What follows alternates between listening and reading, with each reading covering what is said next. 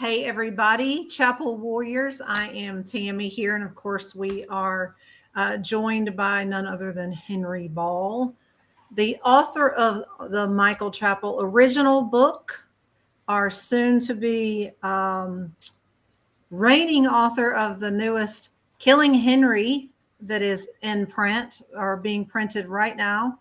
And then, of course, A Thin Blue Crime, which will be out on September 1st podcast created by Henry. And you're going to hear the entire story as it was told from the standpoint of the truth.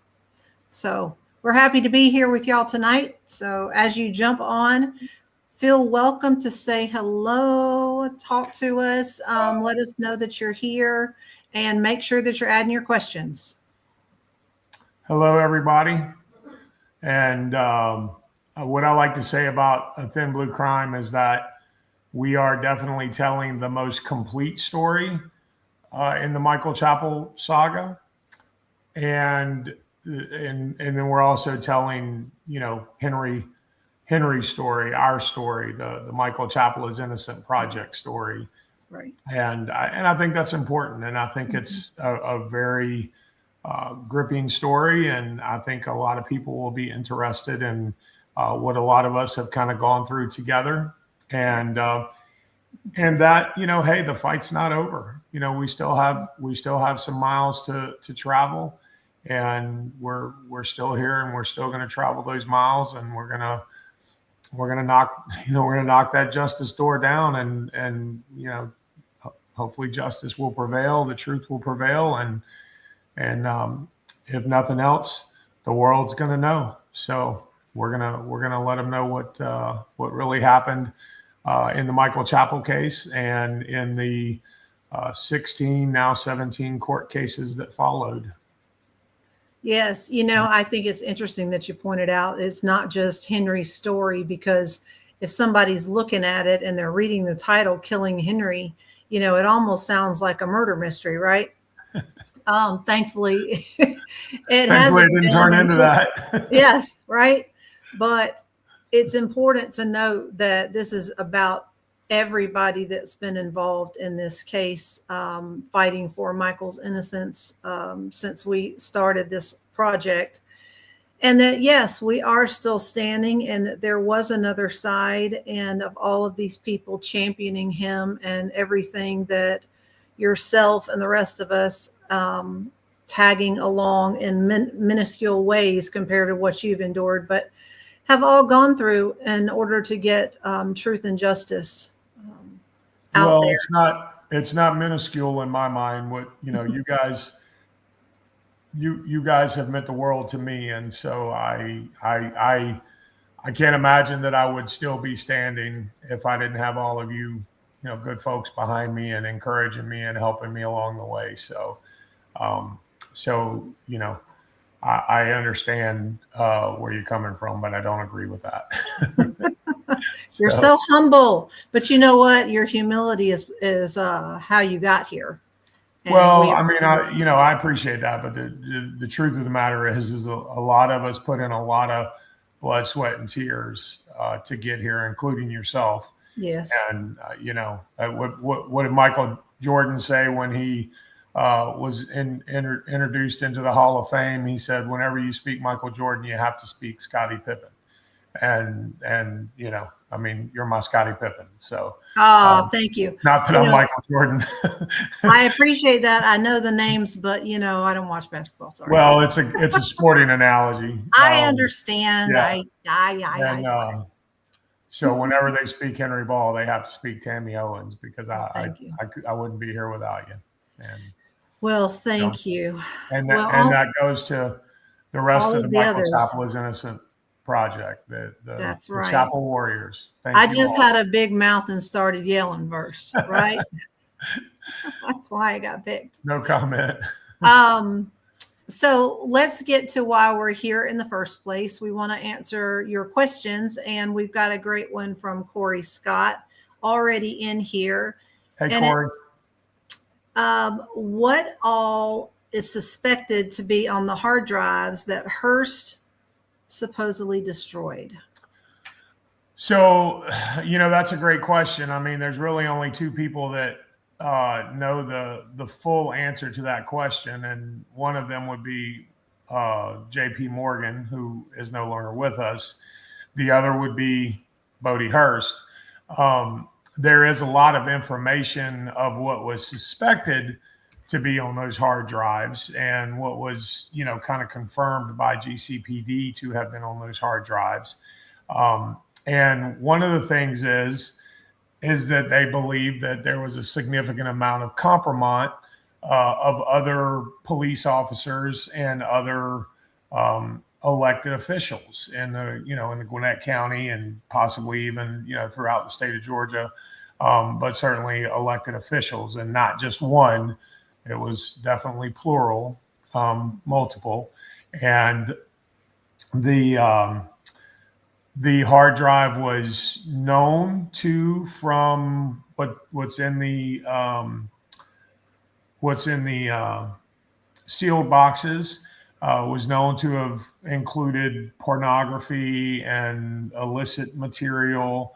And I think you heard Danny Porter in one of his interviews describe the software that was on that BBS system as pirated software, like if you wanted to have a pirated copy of Word. Well, it wasn't Word, let me tell you.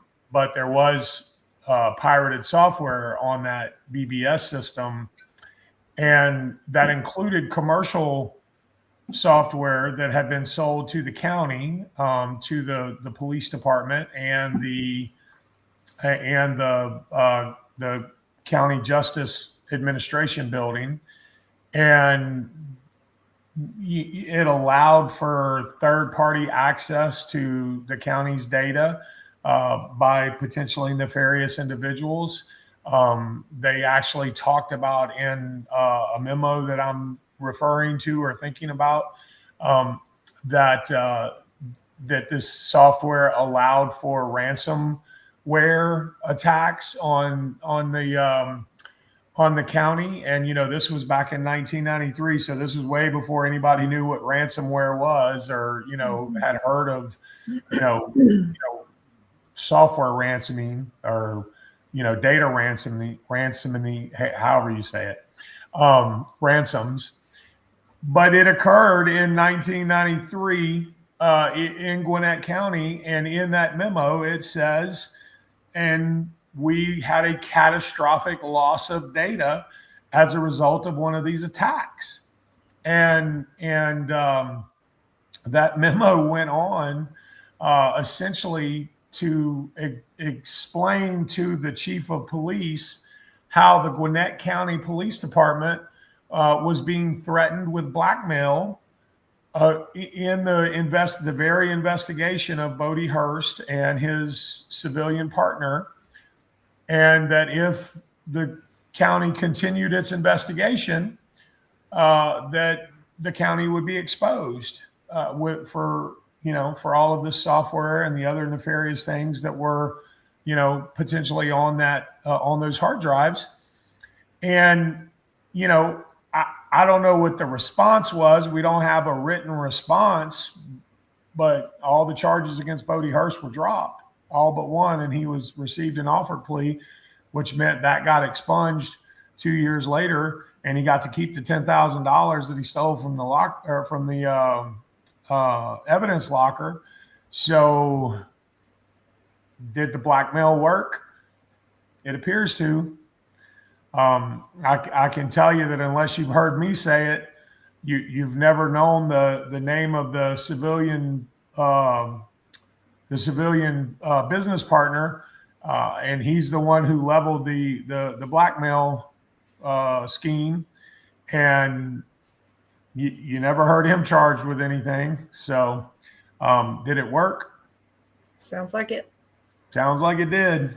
Yep. Pretty sad.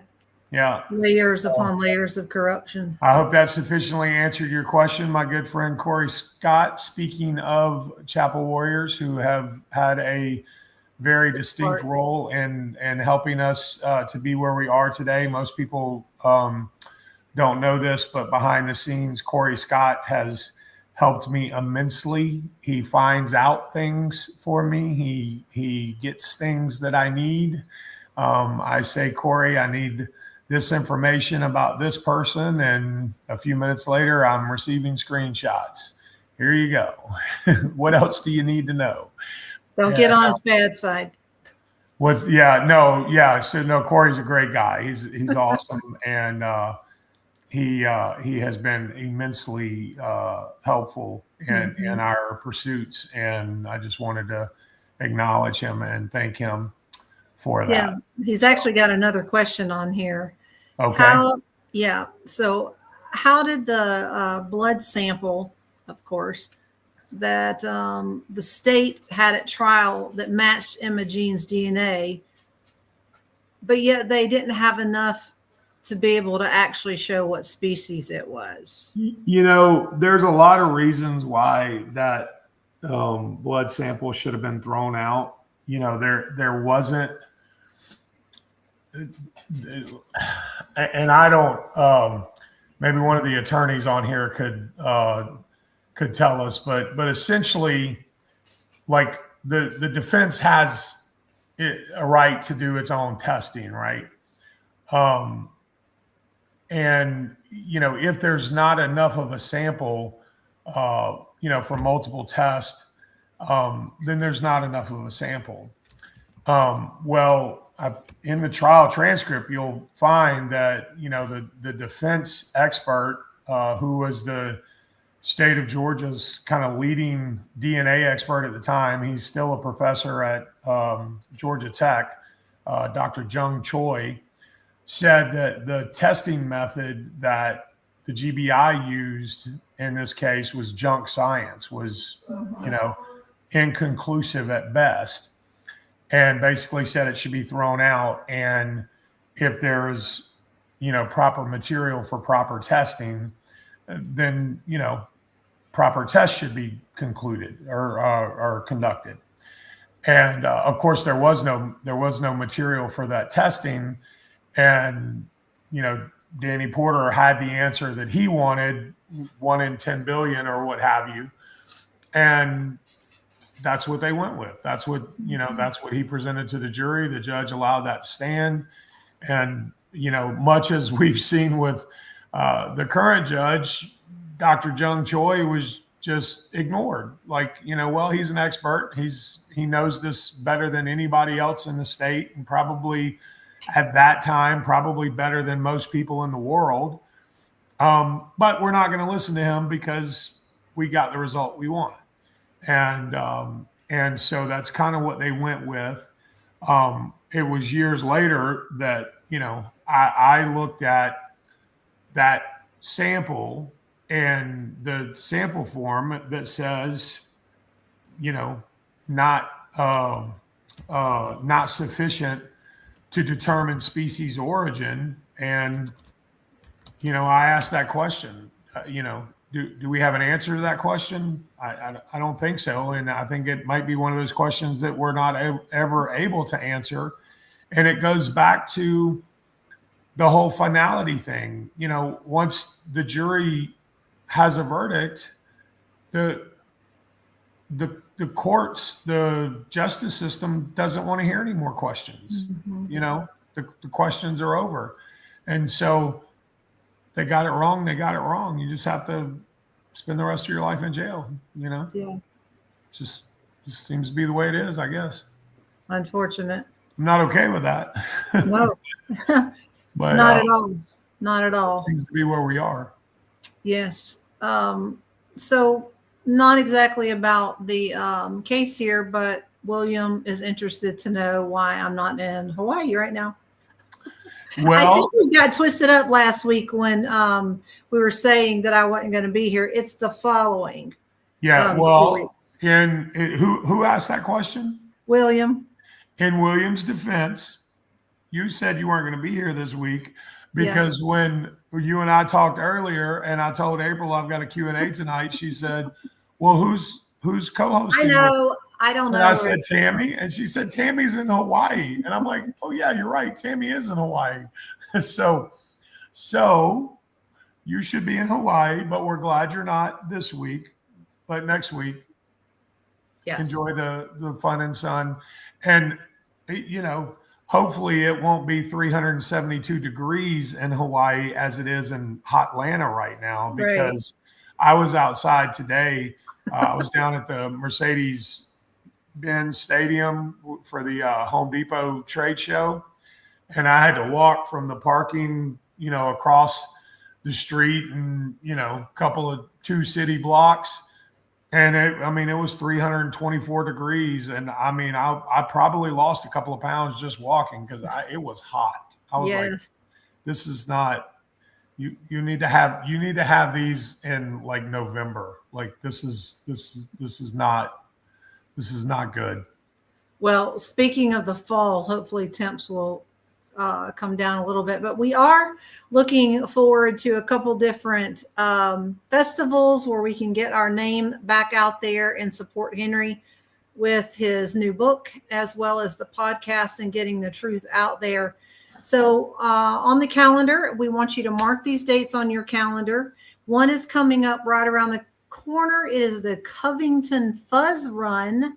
It's a great opportunity for law enforcement to get out, but then you don't have to be law enforcement. I got out there and did a little bit of walking on that course the last time in 23 when we were out there. But it's a great time to go and support Back the Blue, and then support this cause for Henry. We're going to be getting the name out there again and just trying to encourage people to not let go, to keep hanging on, to be really looking into this new stuff to see what is taking place in these last 3 years now, really. And so mark your calendars for September the 11th for the Covington Fuzz Run. And then also October 17th, we will be at the Loganville Autumn Fest, which we've done several times as well. And that always serves to be a really fun day. That's a big community festival, so we will be there. And we're going to want everybody to come out. So not to just be standing on the sidelines or online supporting us, but if you can bring your body, get yourself out there, we would appreciate that, because that's what speaks volumes when you have the presence of supporters like yourselves to actually go out and be there in support of Henry personally.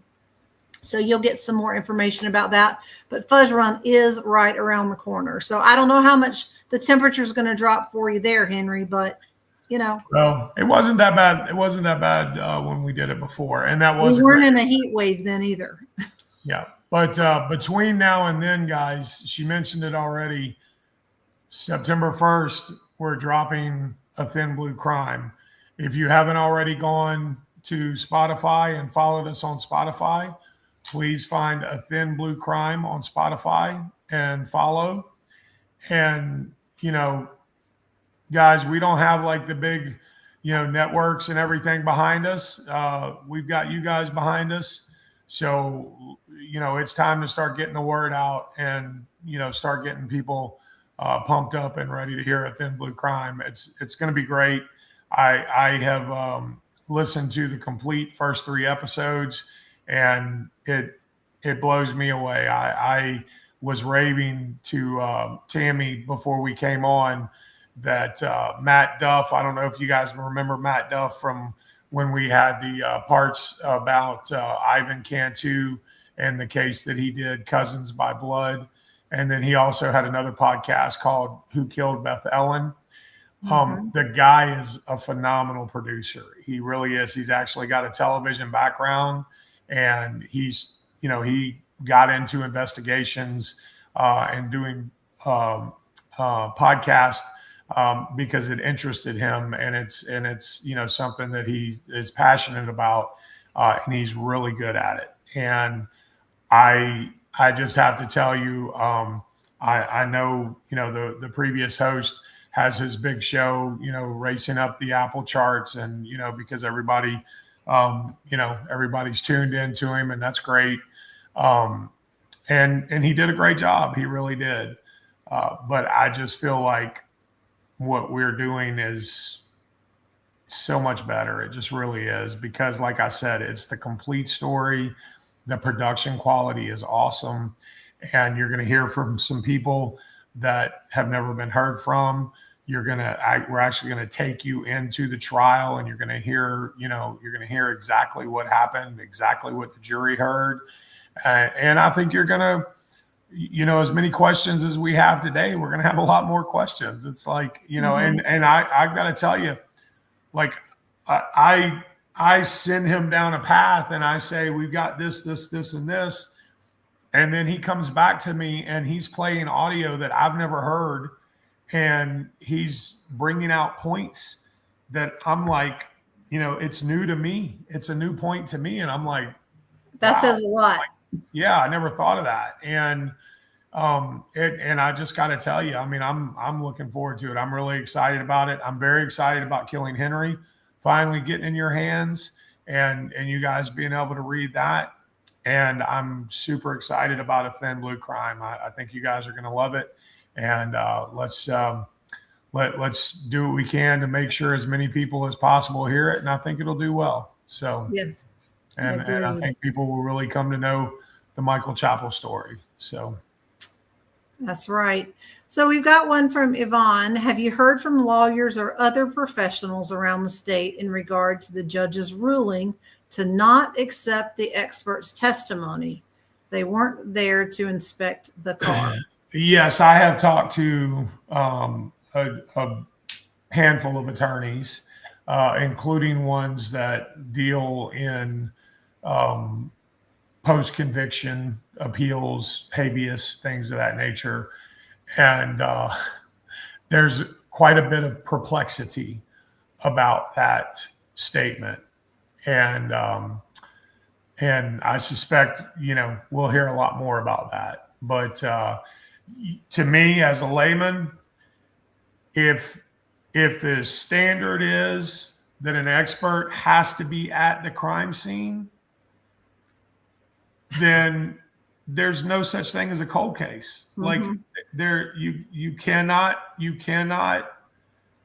there's just no such thing as a cold case. And quite frankly, you're going to limit a lot of defense. And here's the thing about this. It wasn't just that they didn't, go back in time to, back in the, pre-trial era, right?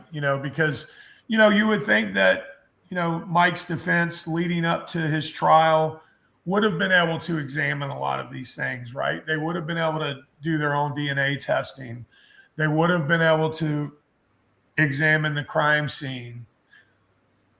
The problem with that is that the crime scene no longer existed. Mm-hmm. The crime scene only existed for a week, maybe 10 days tops. I don't remember the exact date, but shortly after Mike's arrest, within a few days of Mike's arrest, the Gwinnett County Police Department returned Imogene Thompson's vehicle, the vehicle that she allegedly was murdered in, mm-hmm. that was the crime scene. They returned it to Michael Thompson, her son, who had been the initial suspect in the murder. Makes a ton of sense to me. I mean, I don't understand. And then I really don't understand the judge's ruling. Well, they didn't inspect the car. Well, nobody inspected the car. Like, they don't even really have good video of it.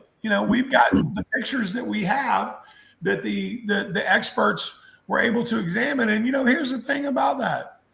They are what they are. Like, you can't change them. You can't, they existed before digital, Photoshopability and all of that kind of stuff. So yeah, they're not the best photos in the world, but they're legitimate. They're clear.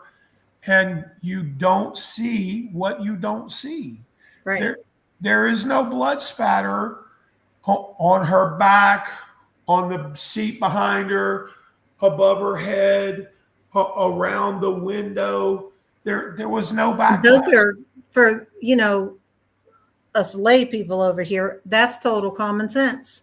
You know, that Yeah. there's no way somebody could have just been blown away in the vehicle if you have nothing, none of that. Yeah. Yeah. And and yet, well, they were just speculating because they weren't there. Hmm. So I suspect, Yvonne, that that won't be the last we've heard of that. Hmm. But that's all I can tell you about it for now, Well, you know, unfortunately. too, last week we were talking about how the judge has chosen to adjust how he has, you know, Did, rewrite his orders. did And you let the cat out of the bag, Tammy? did I let the cat out of the bag? I think we discussed it last week. Did we discuss it on? Yes. We did? Yes. Yes. Okay. Well, then in that case, uh, and I still haven't read the full order. Corey tried to get it for us, but they don't have the full order on Peach Court.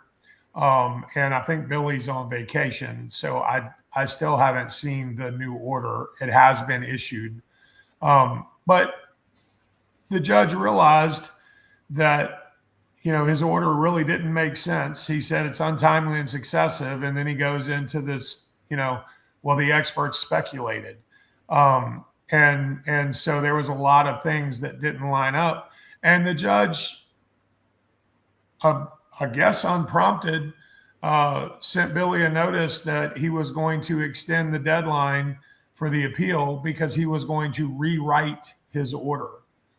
I didn't know that was a thing. I didn't know it was possible. I have talked to some attorneys, and legally, technically, it can be done. There was a lot of eyebrow raising over it, and I suspect we'll have some eyebrow raising when we get the actual order. Right, because you said it was not in our favor. Yeah, no, he vacated, It but he made it didn't worse. vacate in our favor, It and made it so worse, though, you said. yeah, so I think he's going to try to make it worse, and I guess I have to wait until I can actually read it word for word before I can comment on it. But I'm just I continue to just be amazed at just the level of I don't even know what to call it at this point, but It's almost like make up rules as you go, and just throw the books, the study books from college or any type of anything that you've ever learned. Just throw that out, because we're going to just start it all over and make it what we want it to well, be and it's as we just, I go. mean, it's just that, it's this, like, the justice system has decided that the justice system cannot do wrong Mm-hmm. and can't be wrong. So they're not going to be wrong. Mm-hmm. So the experts, the state of Georgia's chief medical examiner for 25 years, who has testified for the state of Georgia in thousands of cases, and I would venture to say, and I think I might ask him about this, I would venture to say that in many of those cases, he never visited the crime scene. Mm-hmm. And I would venture to say that his testimony has convicted numerous murderers, and it's also exonerated people, because the state of Georgia recognizes that the man knows what he's talking about. The man, is a scientist. He's triple board certified. He's a pathologist for 35 years, or, something crazy like that. And, well, he didn't examine the crime scene, so he doesn't know what he's talking about. What? I mean, just what? That's ridiculous. That's one of the most ridiculous things I've ever heard. And you can't get me going too much, Tammy, because I will. Blood pressure. I've kind of lost my patience with a lot of this. It's ridiculous. It's just so ridiculous. So It is. It's very unfortunate. Of course, we're kind of at a standstill with everything. I mean, we don't. we've got extra time for the appeal. Of course, it'll actually go in when it goes in, but now we're waiting on the attorney to do that. And then Billy will have to do his portion and so forth. So we just kind of are sitting here, just like the rest of you, wondering, when it's going to happen, what it's going to look like, and so forth. So it's going to just take a little bit of time as we walk this process out. And hey, I'm just as anxious as everybody else is, and Henry as well, to know what this looks like from this standpoint. I'll be honest, I've never been in a process of anything like this before. And I'm sure that you haven't either. You've been up against a lot of people in different cases for your business and so forth, but not to this extreme, and certainly not to the level of going to the Supreme Court with it. That's a big, big deal. And we're talking about somebody's life, an entire family. I did get to speak with Ashley last week, and I'm referring to Ashley Chappell. And she said, it's just numbing. It's how it all is. You can't get your hopes up too much because they have been knocked down and knocked down and knocked down and knocked down. I can't even imagine how many times the wind has been knocked out of them to the point where they're just, they don't even bother anymore. They just have this numbness inside because what do you do with your emotion? It's just about all bled out of you. And I'm sure that we can all sympathize with someone having to walk through that. And this is just from a family member. So regarding Mike himself, I was looking so forward to the release. None of us expected to hear what we heard, or read. And I want to have faith that those prison doors will be opened. And I know that so many of us have been praying for that. And I know the Lord, if it's not safe for him for some reason, and we don't know some reason that he has to stay there, that's not up to us. But we're going to continue to fight until we're told to stop, Very good. Yvonne characterized it perfectly. Mumbo jumbo.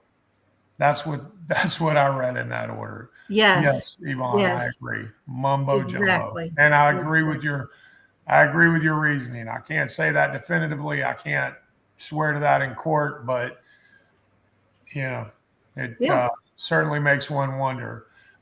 William is going to hold my feet to the fire for our friend Tukey, and I appreciate that, and Tukey appreciates that. He finally did send me some of the paperwork that I needed, but not everything. But I am still in communication with him. I talk to him at least once or twice a week.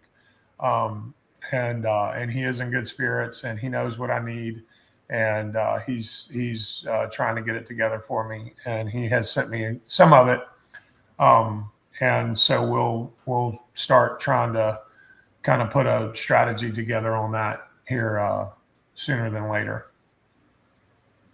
Yeah. Well, I think that's all of the questions that I'm seeing right now. Let's see. Big C Gracious says, preach, Henry. Well, let's see. When you get that man on a soapbox, look out. I know, right? And hey, there, I had to show that comment. Sorry. Happy birthday to me. That was yesterday. How young are you? 38, 39? What did somebody say that I'm aging like fine wine and I'm on the 5th floor? Or the 5th shelf? 5th shelf. That's what it was. I had never heard that before, but that's great. That's great. I'm on the 5th floor somewhere. And I do want to have a shout out why I'm going to Hawaii is to see my son. He's a corpsman in the United States Navy, serving alongside the Marines there. And he has recently been awarded some pretty good things. And then as of Friday, he was promoted to HM2 Petty Officer Second Class, which basically is like he's a sergeant now. So I had to look that up. So Very good. mom is proud. I can't Yeah, wait to go see him. Yep. Absolutely. Congratulations, Mama. Yeah. So I will not be seeing you next week because I will literally be landing on the plane, and I don't think people will appreciate me breaking it out on the plane and trying to get off at the same time. So you'll have to miss me. And I might be able to connect in on the following week. We will be hopefully on the ride home in Atlanta traffic at that point, and I'll be able to jump on from the car. Sounds I'll good. keep you posted. Well, y'all have a great trip. Tell Philip we said hello, and tell everybody we love him, send our love and all that. And before we sign off, I said it earlier, I'm going to say it one more time. I really appreciate all of you guys. I appreciate you, Tammy, more than you'll ever know. And I appreciate the entire Michael Chapel is Innocent project. So if I haven't named you by name, I love you all. Thank you. Yeah.